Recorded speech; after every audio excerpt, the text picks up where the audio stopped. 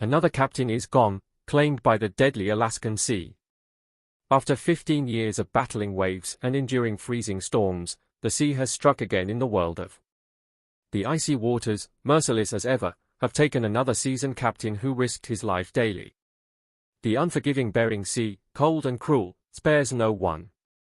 Tune in as the waves rise, the dangers escalate, and what happens next leaves everyone speechless. The Alaskan Sea, relentless force of nature, has once more claimed a life. For 15 years, captains and crews have braved its icy wrath, but the sea does not relent. It doesn't care if you're an experienced captain or a novice, it is equal parts beautiful and deadly. The harsh reality is that every wave is a challenge, every storm a test, and for some, the ultimate price is paid. This time, tragedy struck in the cruelest way, adding another name to the list of those lost to the relentless ocean. Imagine living every day knowing that a single misstep could end it all. That's the reality for the crews of. These fishermen face not only the brutal waves and piercing winds, but also their own fears and limitations. For all the money and glory a successful crab haul promises, the cost often includes blood, sweat, tears, and sometimes lives. The show offers more than thrilling hunts, it unveils the raw humanity of these fishermen, individuals who choose to challenge the whims of a monstrous sea. The cold is unrelenting, the waves could snap steel, and the isolation wears on the soul. This isn't just television drama, it's a life-threatening gamble for crab, a prize as elusive as it is valuable. While portrays the struggle to fill crab pots and cover costs, there's so much more beneath those choppy waters. Behind the scenes, production crews endure the same perils as the fishermen. Filming in sudden storms or icy squalls is a nightmare of malfunctioning equipment, life-threatening accidents, and limited access to safety. Unlike the fishermen, who might see a share of the crab money, these crews risk their lives for the sake of reality TV. Their bravery ensures the world sees the raw, unvarnished truth of life on the Bering Sea. Life on the Bering Sea spares no one, seasoned captains, greenhorn deckhands, or camera crews. The unforgiving ocean doesn't discriminate, it devastates anyone who dares to venture into its grasp. Even Captain Sig Hansen, a veteran with decades of experience, hasn't escaped unscathed. Born into a lineage of Norwegian fishermen, Sig battles not only the sea but also the immense physical and mental toll it exacts. Despite heart attacks and stress, he continues to fight, driven by a mix of courage and obsession. Even celestial phenomena like the supermoon amplify the dangers. While most admire its beauty, fishermen curse its effects. The moon's pull intensifies tides, swelling waves into monstrous heights.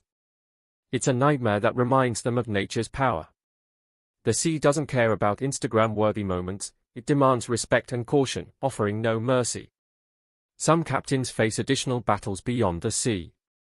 Josh Harris struggled to step into his father Captain Phil Harris's shoes, facing immense pressure and public scrutiny. Elliot Neese, another skilled captain, succumbed to personal demons, illustrating the heavy toll this lifestyle can take. The isolation, stress, and danger often lead to spiraling struggles that are all too common in this harsh world. Crew members also carry the weight of loss and survival. Jake Anderson, who worked his way up to captain, endured personal tragedies, including his father's disappearance and sister's death. Despite the immense loss, he returns to the water, driven by purpose or perhaps something more enigmatic. The sea's pull is undeniable, even as it takes so much away. Tragedies like the sinking of the FV in 2017 highlight the relentless dangers. Severe icing caused the boat to tip, taking 6 crew members with it. These men, fathers and sons, perished doing what they loved, a stark reminder that the sea doesn't play favorites. It simply takes what it wants. Yet, amidst the hardship, rare moments of triumph keep them going.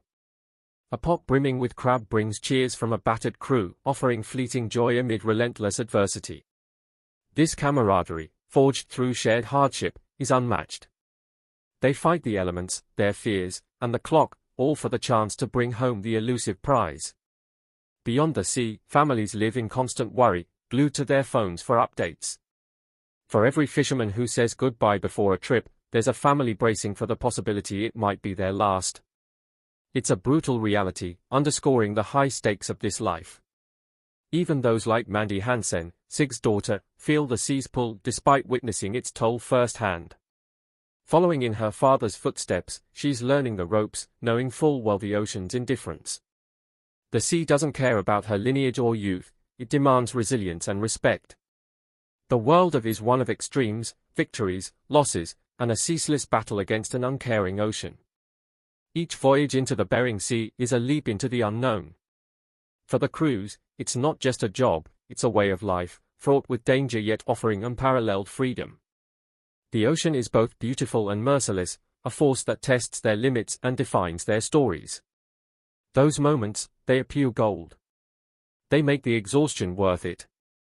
They make the danger feel a little less suffocating. It's like a rush that nothing on land could ever compare to. But those moments are rare, and they are not guaranteed. The sea gives, but it takes so much more. Consider the story of the Cornelia Marie, one of the most iconic vessels in the fleet. After Captain Phil Harris passed, the boat struggled to find its footing. Josh Harris tried to step into his father's shoes, but those were big shoes to fill. The sea doesn't care about good intentions or legacies. It's unforgiving, and it tested Josh in every possible way. With the pressures of living up to his father's name, managing a crew, and dealing with personal demons, the weight was almost unbearable. And when past allegations resurfaced, it was like the sea itself decided to drown him in one final wave of misfortune. The Cornelia Marie, once led by a legend, now had a captain who was struggling to keep himself afloat, let alone his ship. Elliot Nys, another name that fans remember well. A captain with undeniable talent, but a troubled soul. His time on was marked by tension, arguments, and a downward spiral that was painful to watch. Substance abuse wasn't just a side story, it was a central part of his struggle. The isolation, the pressure, the constant need to prove himself, it all pushed him deeper into a dark place. Eventually, it caught up with him. Legal troubles, a stint in rehab, and ultimately being cut from the show. But even after all that, the sea called him back. After serving his time, Elliot returned to crab fishing.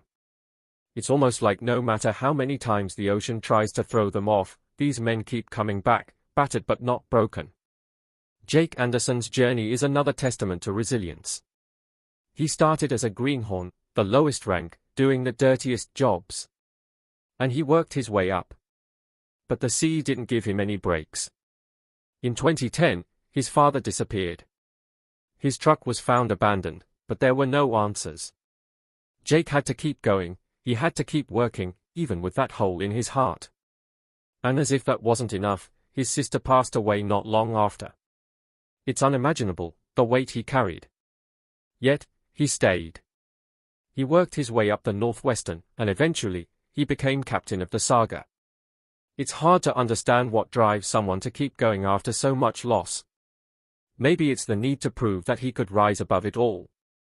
Maybe it's because the sea, with all its cruelty, was also the only place he felt close to those he had lost.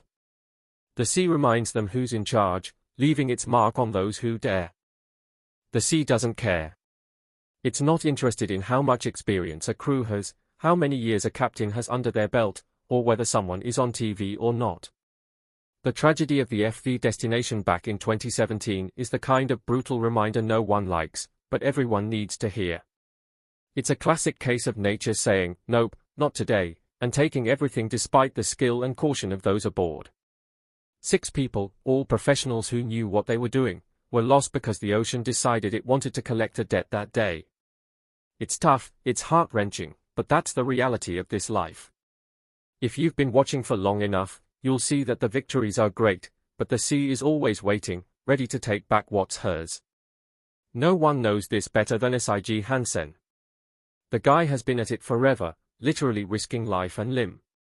In 2016, it wasn't the freezing waves or relentless storms that almost got him, it was his own heart, right there on the deck of his boat.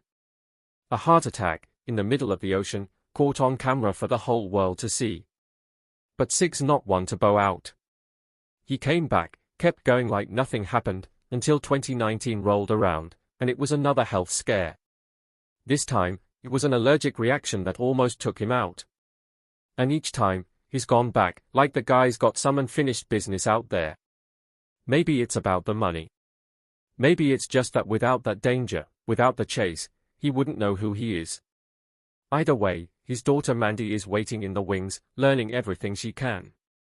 She's ready to take over when her father can't do it anymore, but there's a sad truth to it: no amount of lessons can prepare her for what's out there. The Bering Sea isn't exactly interested in giving anyone an easy start. Mandy is stepping into a legacy that's got danger written all over it, and she knows it. But she's there anyway. And maybe that's the most remarkable thing, knowing what's out there and still deciding to face it head on. The Bering Sea is cruel. It's unpredictable. It doesn't care if you're a rookie, a veteran, or if your family's been doing this for generations. It's indifferent, a relentless force that'll take much more than it ever gives. The people who head out there know it could be their last trip, yet they go anyway. For the money, the thrill, or maybe because they just can't imagine doing anything else. Isn't just some reality TV show. It's a glimpse into a life where every single win is hard-earned, and every loss hits deep. It's not about the crab, not really. It's about the people, their stories, and the sea that seems to have a mind of its own. The money can be good, really good. Those captains on pull in some serious cash. Just from the fishing, a captain might earn between $150,000 and $200,000 a season. But here's the thing, that's not where the real money is. The TV show itself? That's where it's at. Captains can make between $25,000 and $50,000 per episode. It's this dual income that's let captains like Sig Hansen and Wild Bill Wickrowski build up their fortunes. Hansen's estimated net worth? About $4 million. It's a good deal, but it's not something that just anyone can walk into. The deckhands, they're not making captain money, but it's still decent. A seasoned deckhand can pull in anywhere from $15,000 to $50,000 for a few months of grueling, freezing, dangerous work. Some of them get a cut of the catch, which means the harder they work, the more they earn. It's a decent setup if you don't mind the constant risk of death. Every day out there is a gamble, and the paycheck is never guaranteed. The money might be good, but it's never enough to completely outweigh the dangers. Lately, though, it's getting even tougher. Declining crab populations are making things a lot harder. Climate change, overfishing, the usual suspects, are causing quotas to drop, which means crews are working harder, traveling farther, and catching less. All this effort for a smaller payday. The captains and their crews are feeling the pressure, and there's no easy fix in sight. Even finding the crabs has become a challenge, with climate change shifting their migration patterns and making traditional methods unreliable. It's enough to make anyone rethink their options, and that's exactly what Jake Anderson did. He decided to invest in his own boat, the FV Saga. It's a big risk, but for him, it's about taking control of his future. The younger captains are trying to carve out their piece of the pie, but it's not easy with quotas shrinking and costs rising. Ownership means more money, sure, but it also means more stress, more responsibility, and, let's be honest, a bigger target on your back when things go wrong. And yet, they all keep coming back. Season after season, these captains and their crews return to face the sea. Why? Maybe because it's what they know. Maybe because there's something addicting about the danger, the thrill of the chase, or the satisfaction of a hard-earned catch. Whatever it is, it's clear that they're not ready to call it quits just yet. Fans have kept watching, drawn in by the intensity, the personal stories, and the sheer unpredictability of it all. But as the seasons wear on, one can't help but wonder how long it can go on like this. How long before the sea finally wins? How long before the risks outweigh the rewards for good? The captains have managed to diversify, branching out into product lines and appearances, but that's not an option for everyone, especially not for those just starting out. The show's future, like the future of the industry itself, is uncertain. And that's exactly what makes it so hard to look away. The sea has a way of calling people back, even after all the losses, all the heartbreak. The pull of the ocean is something deep, almost primal. It's not just about the money or the fame that comes from being on a hit TV show. It's about the challenge, the sense of purpose, the connection to something that's both beautiful and terrifying. For many of these captains, it's a family legacy, a tradition passed down through generations. There's pride in it, a sense of belonging that's hard to find anywhere else. Take Mandy Hansen, for example. She's stepping into but it's not without its costs. The toll it takes on their bodies, their minds, their relationships, it's significant. The health scares that SIG Hansen has faced are a stark reminder of that. The man has had multiple close calls, and yet he keeps coming back. It's not because he's reckless or doesn't care about his health.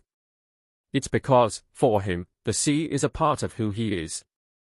It's in his blood, and walking away from it would be like walking away from a part of himself. The same goes for Jake Anderson.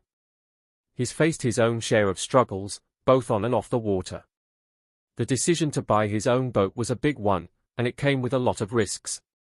But for Jake, it was about taking control of his destiny. He's worked his way up from being a deckhand, learning from some of the best in the business, and now he's carving out his own path. It's not easy, and there are no guarantees, but that's the nature of the game.